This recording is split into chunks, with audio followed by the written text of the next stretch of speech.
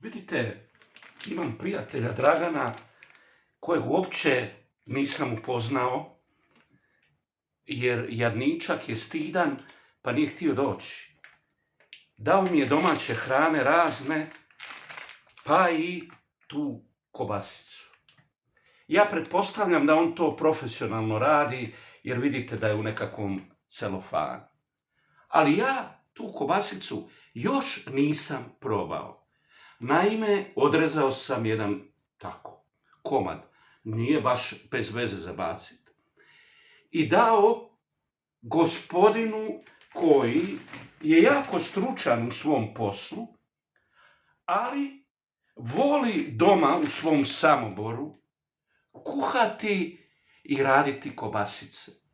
E pa sam mu ja poslao jedan komad ovakav da on stručno procijeni u svom Samoboru kobasicu iz Velike Gorice.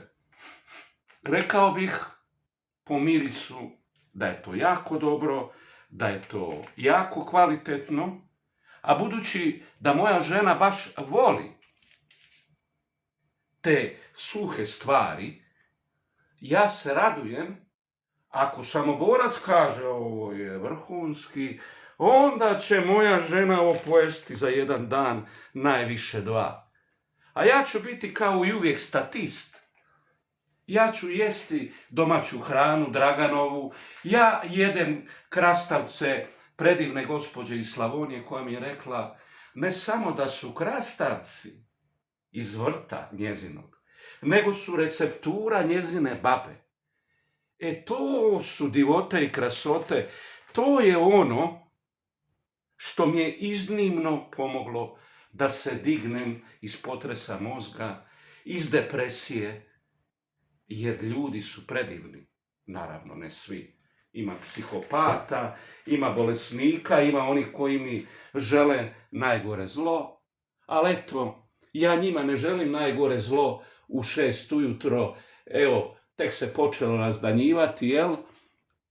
Ali mi pričamo vesele priče, mi pričamo o kobasicama, mi pričamo, kažemo o onom ciganskom grahu koji mi je darovao Dragan. Nemam pojma šta je sve čovjek donio, domaću hranu, ma divota. Zato kažem, dobrih ljudi na svijetu ima, a ja sam već gubio nadu u dobre ljude. Jer sam počeo vjerovati da su svi loši, smradni, nikakvi. Evo, živjele naše kobasice, vidim, treba će malo ovu koru ukloniti i molim vas lijepo, idemo u akciju.